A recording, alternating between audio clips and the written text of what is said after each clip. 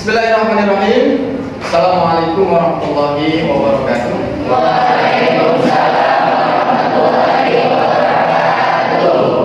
Alhamdulillahirabbil alamin. Shalatu wassalamu ala asyrofil anbiya'i wal mursalin sayyidina wa maulana Muhammadin wa ala alihi wa ashabihi ajma'in. Subhanaka la ilma lana illa ma 'allamtana innaka antal alimul hakim. Baik, adik-adik semuanya, seperti biasa, sebelum kita mulai perkuliahan kita, mari sama-sama kita berdoa kepada Allah. Mudah-mudahan Allah berikan pemahaman kepada kita, Allah berikan kelancaran dalam proses studi kita, dan mudah-mudahan Allah lancarkan semua urusan kita. Ala hadhihi al-Fatihah.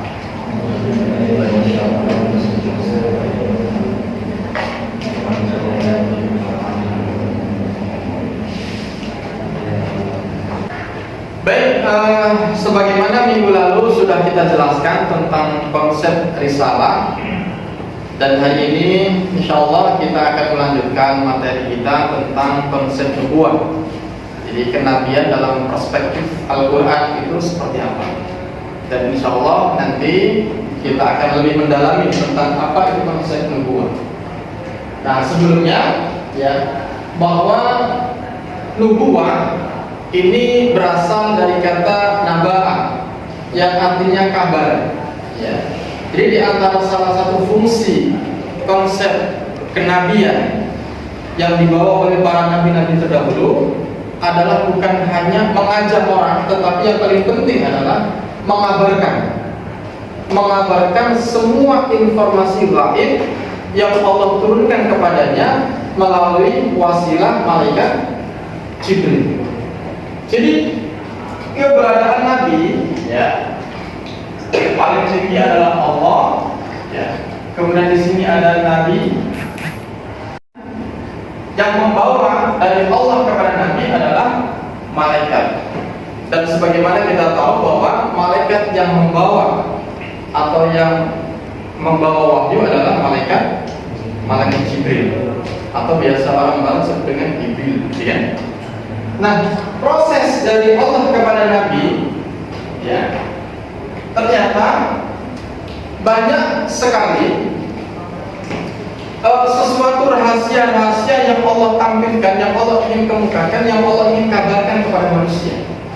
Cuma karena manusia itu belum mampu mengakses secara langsung tentang berita-berita gaib yang Allah ingin kabarkan kepada kita sebagai manusia, maka Allah mengutus para nabi dalam rangka untuk mengabarkan berita-berita itu.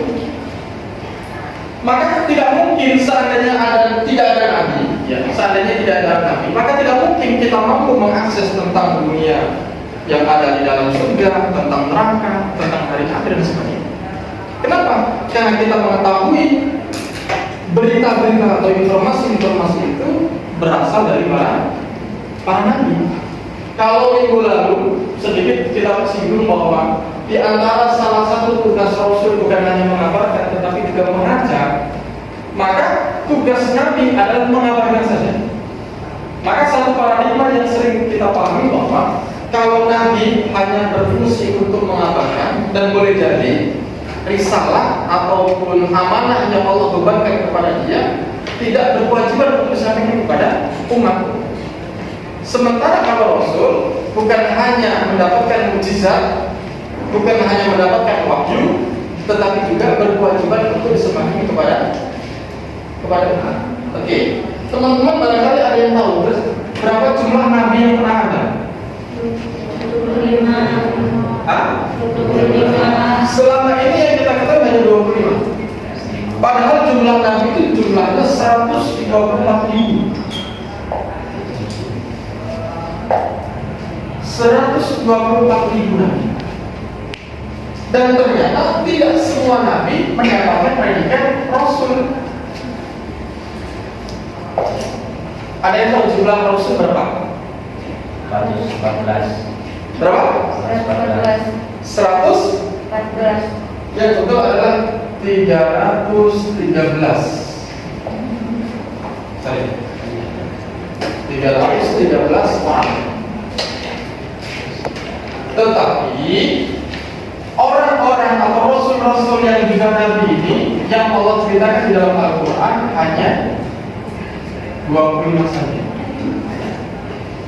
Jadi jumlah Nabi ada 124.000, sementara yang mendapatkan predikat Rasul adalah 313 sebagaimana jumlah perang atau jumlah pasukan perang Badar pada saat itu. Dan dari 313 ini hanya 25 yang Allah pernah ceritakan di dalam Al-Quran. Maka kalau hari ini atau mungkin waktu beberapa yang lalu kita pernah mendengar ada Simon, ya kan? Ada Ramses. Ada yang pernah nonton film itu nggak ya? Samson. Ada ya? Pernah nonton film Samson? Ya. Sebagai riwayat, Samson itu adalah seorang nabi juga yang punya kekuatan luar biasa. Nah, di antara 25 nabi dan rasul ini,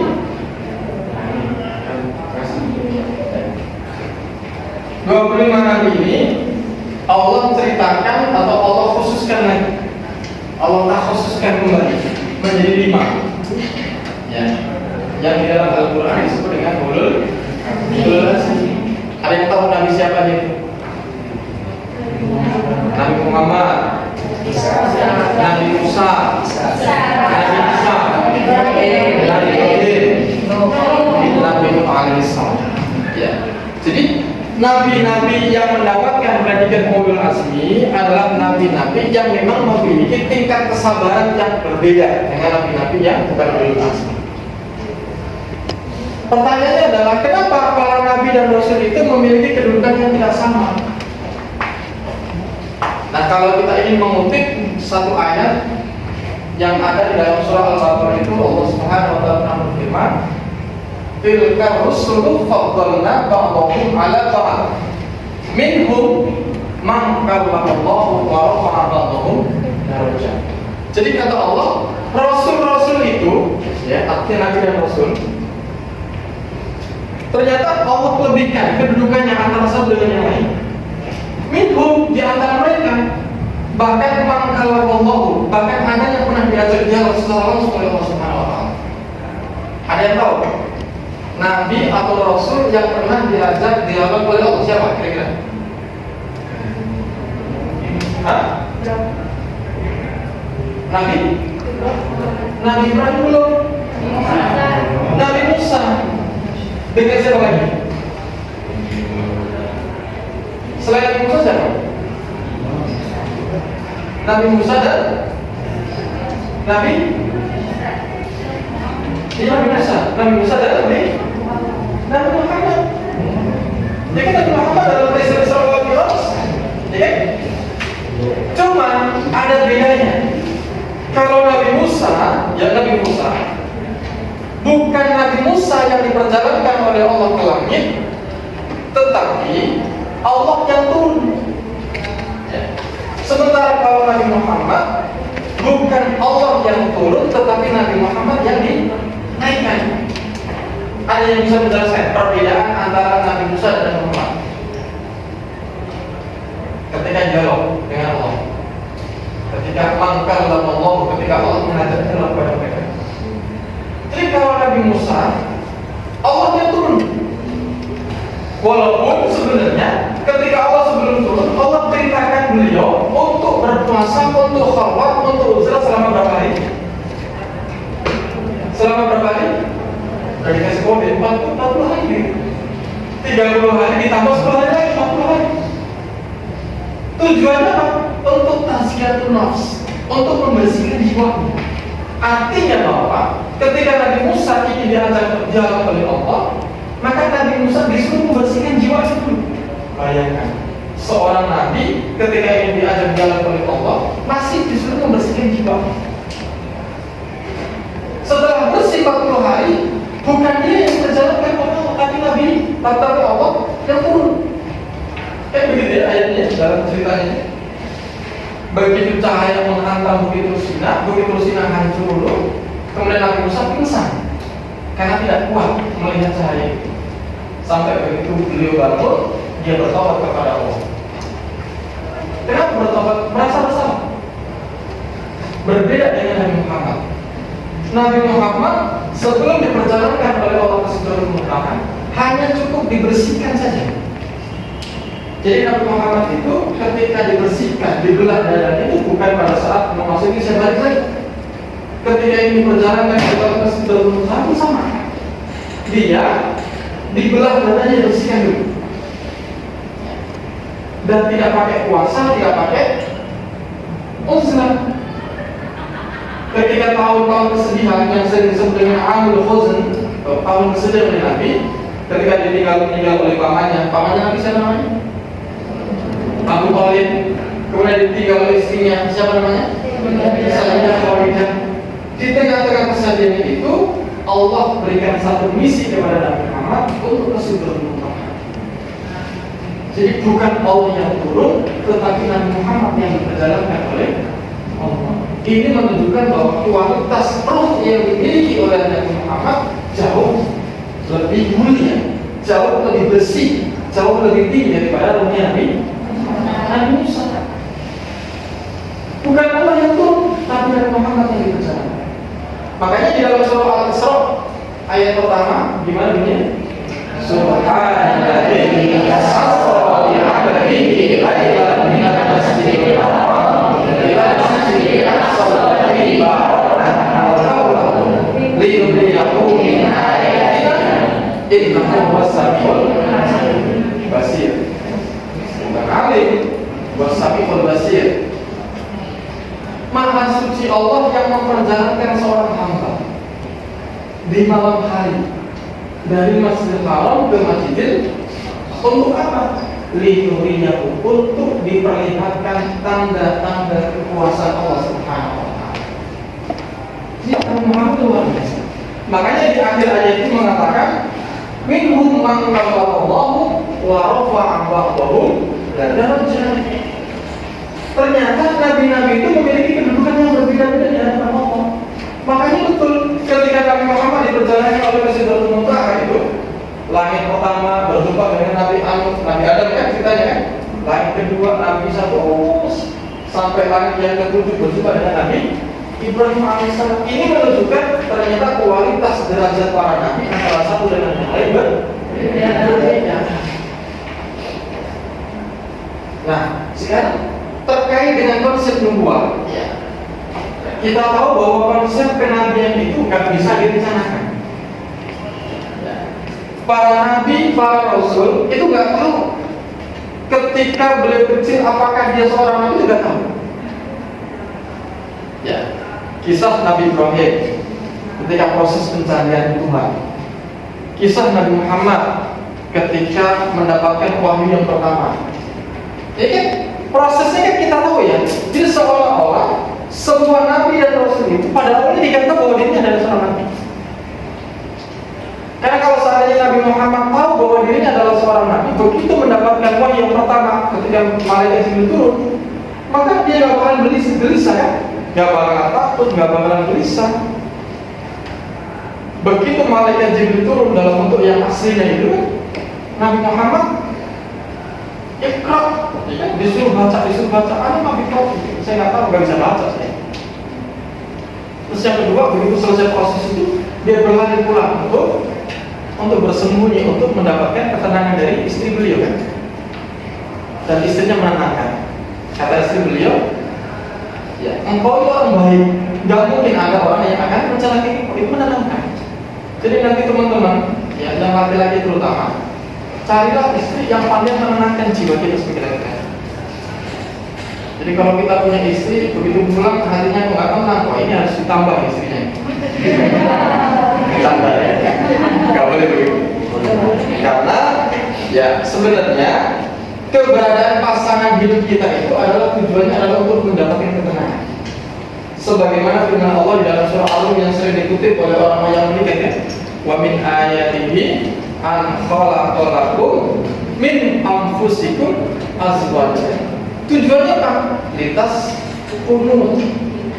Jadi di antara tanda-tanda kekuasaan Allah itu adalah Allah jadikan kita ini berpasang-pasangan dari jenis kita masing-masing. Tujuannya apa? Lintas umum, untuk mendapatkan ketenangan. Makanya kalau ada orang menikah kok nggak tenang, itu berarti yang salah. maka ada dua pilihan, antara ditambah atau ditukar. Ya, saya kalau berantem sama istri selalu saya katakan mau ditukar atau ditambah. Karena kalau nggak begitu, kadang-kadang perempuan itu juga sempat menjadi-jadikan. Jadi pasangan hidup kita adalah tujuan lintas dulu. Maka ketika Nabi Muhammad begitu dalam kondisi ketakutan, begitu dia pulang dari Gua Hira, maka diselimuti oleh Sayyidah Khadijah. Jadi begitu diselimuti menjadi tenang, akhirnya belum bisa tidur, baru besoknya ditanya apa yang terjadi. Itu istri yang baik. Jadi dalam kondisi galau, dalam kondisi kalut, jangan langsung ditanya, ada apa mas? Siapa yang ingin terjadi? Tenangin dulu. Besok sambil sarapan pagi, besok sambil kopi, baru ditanya tadi malam ada apa mas? Gitu namanya. Sambil dulu sedikit. Itulah wanita yang baik. Jadi menjadi wanita solehah itu juga ada strateginya. Ada manajemen menjadi wanita yang solehah. Begitu ditanya segala macam, dijelaskan oleh Nabi usul begini-begini, akhirnya Nabi Muhammad diajak ke pamannya Sayyidah Khadijah. Saya yang tahu namanya, yang menjadi seorang pendeta Nasrani, siapa? Waraqah bin Nawfal. Jadi Waraqah bin Nawfal ini adalah seorang pendeta dalam agama Nasrani. Begitu dilihat ternyata betul ada tanda-tanda nubuah, ada tanda-tanda risalah yang dibawa oleh Nabi Muhammad. Jadi Nabi Muhammad itu dalam pandangan orang-orang Kristen pada saat itu, dalam pandangan orang-orang Yahudi sudah kelihatan kenabiannya. Sebagian riwayat yang pernah saya baca bahwa di antara salah satu tanda-tanda kenabian Nabi Muhammad itu katanya di belakang ini ada kayak semacam tai lalat di punggung sebelah kanan, dan juga matanya sebelah kanan ini juga ada tanda-tanda. Terus yang kedua, tanda-tanda kenabian Nabi Muhammad yang lain itu setiap kali berjalan, ya, Nabi Muhammad itu selalu dinaungi oleh awan. Nah, kelebihan atau kemuliaan yang Allah berikan kepada seorang calon nabi itu namanya irhas. Ya, disebut apa? Irhas. Jadi irhas itu berbeda dengan mukjizat. Kalau mukjizat memang sebuah kemuliaan yang Allah berikan kepada para nabi, rasul yang pernah jadi nabi. Tapi kalau irhas itu adalah kemuliaan yang Allah berikan kepada calon nabi. Contoh Nabi Ibrahim. Nabi Ibrahim di antara salah satu bentuk irhas beliau diberikan kecerdasan oleh Allah. Mampu membaca, gak mungkin Tuhan itu dalam bentuk patung. Itu irhas namanya. Nah kembali balik. Nah karena kenabian itu ya tidak diberikan kepada setiap orang dan hanya diberikan kepada orang-orang yang dipilih oleh Allah, maka orang-orang yang akan dijadikan nabi oleh Allah Subhanahu wa taala itu adalah orang-orang yang terpilih. Jadi nabi itu adalah orang-orang yang terpilih, artinya bahwa predikat nabi, predikat rasul itu nggak bisa sembarangan kita inginkan. Anda percaya nggak bahwa jabatan rektor itu hanya orang-orang terpilih? Atau setiap orang bisa menjabat sebagai seorang rektor? Menurut Anda, menjadi seorang rektor itu harus punya irhas nggak? Jabatan dunia ini? Jabatan dunia? Beda ya. Kalau jabatan dunia boleh jadi kita semuanya punya hak, punya potensi untuk menjadi seorang dekan. Apakah harus punya irhas? Nggak perlu, karena jabatan dunia. Selama Anda rajin, selama Anda kuliahnya tekun, bergelar doktor, kemudian kepangkatannya bagus, begitu nanti pilihan menjadi dekan, Anda bisa jadi dekan. Tapi kalau jabatan yang bersifat akhirat, menjadi ulama yang rosih hatinya, itu biasanya ya konsepnya tadi irhas, punya kelebihan-kelebihan yang boleh jadi tidak dimiliki oleh setiap orang.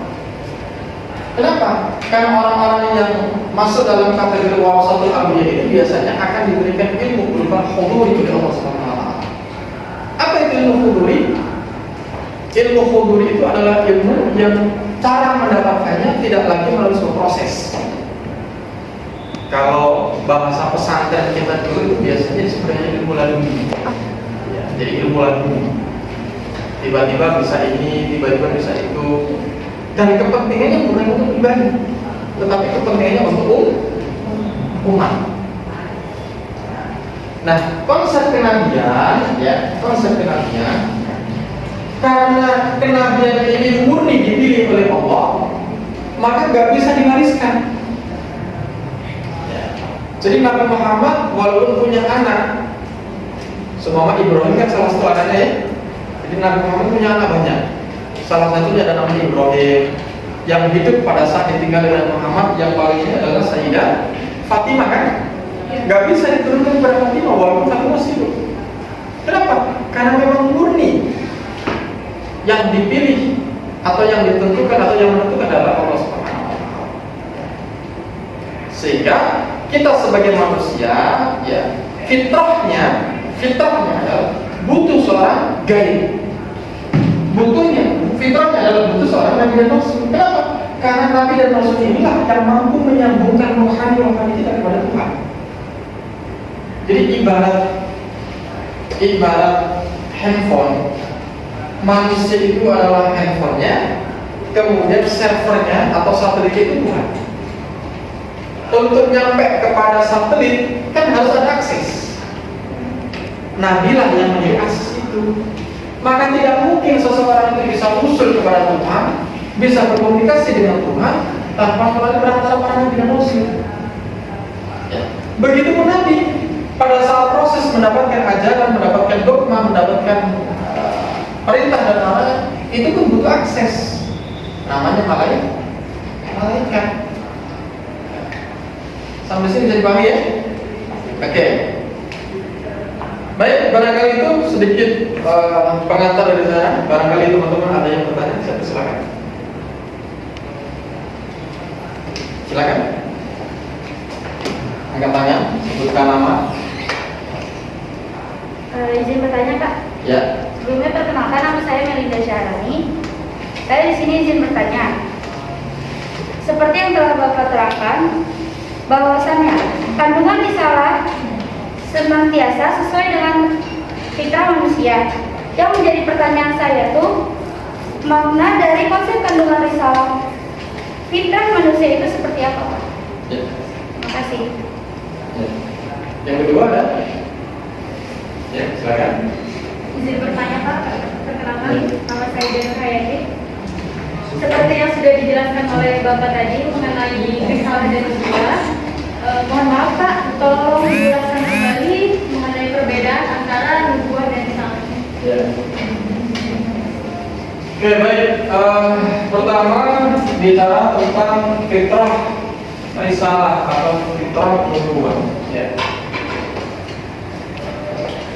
Yang harus kita pahami bahwa pertama ketika Allah menciptakan kita, ya, sebagaimana yang termaktub di dalam surah Al-Baqarah ayat 30, Allah Subhanahu wa taala berfirman, "Wa qala rabbuka lil malaikati inni ja'ilun fil ardi khalifah."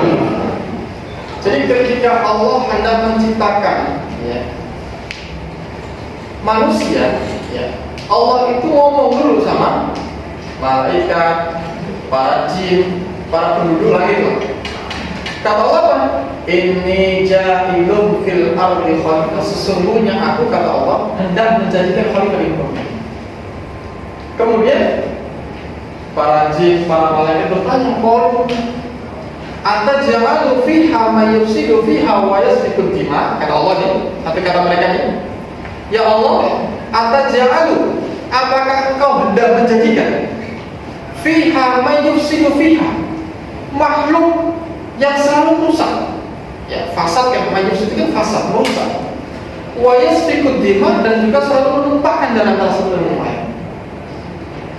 Kata mereka, wa nahnu, sementara kami, nusabbihu ini kan bertasbih, sabah, nusabbihu walaupun disulap, dan juga selalu mensucikan. Jadi kata malaikat, kata para jin, ya Allah ngapain capek-capek menciptakan makhluk? Toh nanti makhluk ini pasti merusak, menumpahkan darah, perang, berebut pacar, berebut istri, berebut macam-macam. Sementara kami selalu bertasbih, selalu mensucikan. Maka Allah menjawab, qala inni a'lamu ma la ta'lamun. Sesungguhnya aku lebih tahu dari apa yang kalian tidak. Jadi kalau kita paham bahwa tujuan Allah menciptakan kita adalah menjadi khalifah, ya, dan sebagaimana tugas khalifah itu adalah merawat bumi, menjadikan bumi ini sebagai sebuah kehidupan yang harmonis, dirawat, ditumbuh kembangkan, bukan sebaliknya manusia. Maka tidak mungkin manusia itu mampu mengakses hal-hal yang bersifat ilahiyah, yang dalam hal ini adalah Allah, tanpa melalui sebuah mediator. Nah, fitrah manusia adalah selalu rindu kepada kebaikan, rindu kepada perintah-perintah Allah. Maka mediator inilah disebut dengan para nabi, para rasul ini. Jadi yang dimaksud dengan kenabian atau fitrah kenabian dan kerasulan itu memang butuh kita sebagai manusia. Untuk apa? Untuk mengakses berita-berita langit yang memang Allah ingin kabarkan kepada kita. Cuma karena kita belum mampu mengakses itu, maka dibutuhkan seorang mediator. Tujuannya apa? Yang mengajarkan. Makanya kalau kita bicara tentang isi Al-Quran, isinya ya tentang kabar, tentang kehidupan di akhirat seperti apa, tentang dunia di alam barzakh, tentang dunia akhirat, tentang Shiratal Mustaqim, apa yang terjadi ketika orang di neraka dan sebagainya. Jadi di antara salah satu fitrah kerasulan atau kenabian, ya, karena memang manusia itu butuh, ya, kepada informasi-informasi yang berkaitan dengan konsep ketuhanan itu. Nah, yang kedua, karena manusia itu nantinya tahu bahwa di akhirat nanti ada surga dan neraka, maka dia akan terikat sebuah sistem. Kalau nanti kita ikut sistem, maka hadiahnya ini loh, surga. Kalau nanti kita ikut sistem, hadiahnya ini loh, neraka. Tidak seorang yang tidak mengikuti sistem dapat surga. Tidak mungkin seseorang tahu sistem kalau tidak diajarkan kepada para nabi. Maka Nabi Muhammad itu adalah orang yang mampu menciptakan sistem itu. Kenapa dia mampu menciptakan sistem? Karena dibimbing langsung oleh Allah. Sampai paham ya? Jadi di antara salah satu fitrah kenabian ataupun kerasulan, ya, yang hari ini kita pahami sebagai manusia, bahwa tidak mungkin seseorang itu bisa mengakses informasi-informasi gaib itu kalau tanpa melalui orang-orang yang memang telah ditunjuk oleh Allah menjadi agent-agentnya. Nah, pertanyaannya sekarang adalah, Pak, bagaimana kita bisa mengakses informasi yang berasal dari Nabi sementara Nabi nggak ada? Ya kan kita udah punya Al-Quran, kita juga punya hadis-hadis Nabi, kita banyak punya para ulama yang bisa kita mintai kalau tanya kan? Jadi kalau kita nggak paham, nanya kepada guru-guru kita. Ya. Tujuannya apa? Tujuannya adalah dalam rangka untuk memahami, ya, agar kita bisa betul-betul berjalan di atas sistem yang pada akhirnya bukan hanya kita selamat di dunia, lebih-lebih selamat di akhirat. Bisa dipahami ya? Nah, sekarang terkait dengan perbedaan nubuwah dan risalah, ya. Sebagai jawaban singkatnya, sebagaimana di awal tadi disampaikan bahwa kalau Nabi itu dia mendapatkan mukjizat dari Allah, dia mendapatkan wahyu dari Allah, tetapi berfungsi hanya mengabarkan saja. Tidak ada kewajiban baginya untuk mengajak orang sebanyak-banyaknya mengenal Allah. Itu Nabi. Tapi kalau Rasul, bukan hanya mengabarkan, bukan hanya menginformasikan berita-berita tentang langit, berita-berita yang berkaitan dengan hari akhir, tetapi dia juga berkewajiban untuk mengajak kepada umat. Makanya ada satu konotasi atau ada sebuah ungkapan bahwa kalau Nabi sebelum Nabi Muhammad itu diutus untuk kaumnya saja, sementara kalau Nabi Muhammad diutus untuk umat manusia. Kalau Nabi Musa diutus untuk Bani apa? Oleh kaum siapa? Ada yang tahu? Nabi Musa diutus untuk bangsa atau untuk kaum siapa? Hah? Bangsa mana? Israel kan? Yahudi kan? Bangsa Yahudi. Dan orang-orang Israel atau bangsa Yahudi adalah bangsa yang paling banyak diutus para nabi dan rasul. Paling banyak. Mulai dari Nabi Ishak. Jadi Nabi Ibrahim punya dua anak. Ya. Ada Ismail, ada Ishak. Ishak berasal dari ibunda Sayyidah Sarah. Kalau Ismail dari Sayyidah Hajar kan ya? Betul nggak? Saya ulang. Nabi Ibrahim punya dua istri. Yang pertama Siti Sarah, istri pertama. Siti Sarah. Yang kedua Siti. Dengan Siti Sarah punya anak namanya Ishak. Dengan Siti Hajar punya anak. Nah, dari Ishak inilah punya istri Sayyidah Sarah, yang kedua adalah Sayyidah Hajar. Dari Sayyidah Sarah punya anak namanya Nabi Ishak, dari Sayyidah Hajar punya Nabi Ismail. Nah, dari Ishak inilah cikal bakal bangsa Yahudi itu. Ya. Yakub, Yusuf, Ayub, ya, sampai pada Nabi Musa, itu sebenarnya bangsa Yahudi. Makanya di antara bangsa yang paling banyak diutus para nabi dan rasul itu adalah bangsa Yahudi. Makanya ada sebagian orang atau orang Yahudi yang berpendapat bahwa bangsa Yahudi adalah bangsa yang terpilih. Kenapa terpilih? Karena paling banyak diutus para nabi dan rasul. Nah, sementara ya kalau rasul adalah memang dia berkewajiban untuk menyampaikan kepada informasi yang berasal dari langit itu disampaikan kepada umat. Dan bukan hanya disampaikan, tetapi diajak juga untuk beriman. Ya. Jadi Rasul itu diajak atau mengajak orang-orang untuk beriman kepada Allah dan mengajak atau meyakinkan bahwa dirinya adalah seorang Rasul. Maka ketika Nabi Muhammad diutus oleh orang atau diutus dari bangsa Arab, orang-orang Yahudi yang berada di Palestina, yang ada di Israel, mereka nggak terima. Kenapa? Nabi terakhir kok malah diutus dari bangsa Arab? Kenapa nggak dari bangsa kami? Makanya mereka mengingkari tentang kenabian Nabi Muhammad. Ya. Jadi seperti itu ya. Baik. Mungkin ada yang lain? Cukup ya? Baik. Saya kira hari ini kita sudah sedikit banyak membahas tentang konsep nubuwah dalam perspektif Al-Quran.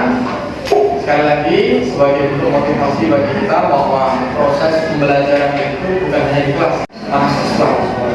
Itu saja yang bisa sampaikan. Mari sama-sama kita akhiri. Assalamualaikum warahmatullahi wabarakatuh. Sebelumnya kita tutup dengan bacaan hamdalah.